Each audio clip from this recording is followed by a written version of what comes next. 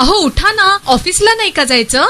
अगं मला आज फ्रेशच वाटत नाही, काही करायची इच्छाच नाही. अहो मग तुम्ही आजपासूनच न्यू युनायटेड फार्मसीचे गुड मॉर्निंग चूर्ण घेणं सुरू करा. अपचन, मलावरोध, बद्धकोष्ठ, आम्लपित्त आणि पोटाच्या तक्रारींवर खात्रीशीर आयुर्वेदिक उपाय. गुड मॉर्निंग चूर्ण. 35 वर्षांपासून सगळ्यांच्या पसंतीचे गुड मॉर्निंग चूर्ण औषधांच्या प्रत्येक दुकानात मिळते.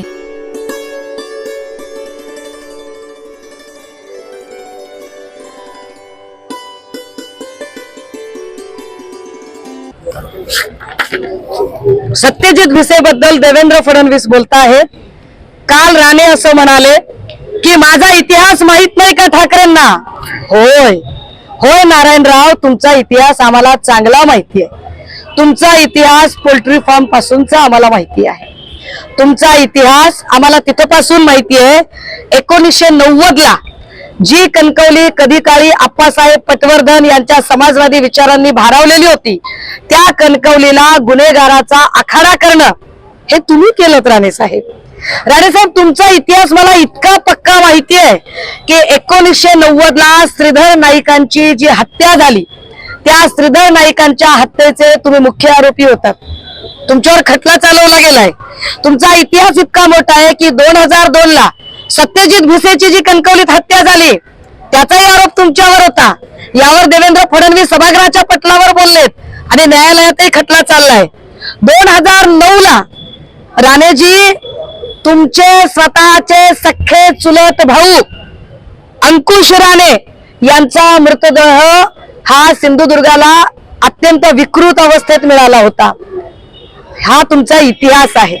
तुमचा इतिहास हा आहे की मुलुंडचा HD व्हिडिओ स्पेशालिस्ट सोमय्या याने अविघ्न पार्क मधला जो सगळा घोटाळा आहे, तो घोटाळा काढून तुमच्या मागे ईडी लावली होती.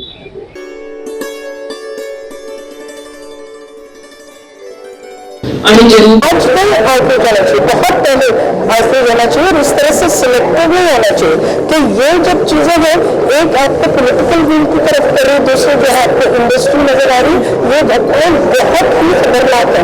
लेकिन सिर्फ इस तरह से सिलेक्टिवली अगर हम चूज करेंगे तो ये जब तक नहीं पहुंच पाएंगे. ये बहुत शर्मनाक बात है क्योंकि निर्भया के लिए जब सारा देश इकट्ठे होता है, उसके बाद जस्टिस वर्मा कमेटी ने कितना अच्छा प्रोटोकॉल बनाना, कितनी बातों को देखने, मगर उसको कहीं ये कब नहीं हो रहा. तो इसके ऊपर अगर सिर्फ एक ही विचार नहीं हो सकता. लेकिन मुझे ऐसा लगता है कि जब तक हम जो पेट्रियार्की हमारे अंदर है उसको पूरी तरह से निकालेंगे नहीं, और औरत को हम सिर्फ कमोडिटी नहीं सोचेंगे, लेकिन ये सोचेंगे कि उसका बराबर का हक है. ऐसा लगता है कि बहुत दूर दराज की बात मैं कर रही हूँ, लेकिन ऐसा है नहीं. क्योंकि उसको क्यों करता है आदमी को डेथ पेनल्टी भी मिल चुकी है, बहुत सख्त से सख्त कड़ी सजा भी उसको मिल रही है, लेकिन वो कम नहीं हो रहा है. क्या वजह है? इसके लिए बहुत काम करना चाहिए. और डेफिनेटली जो प्रोटोकॉल जस्टिस वर्मा ने दिया है हमको, उसके ऊपर हमको काम करना चाहिए.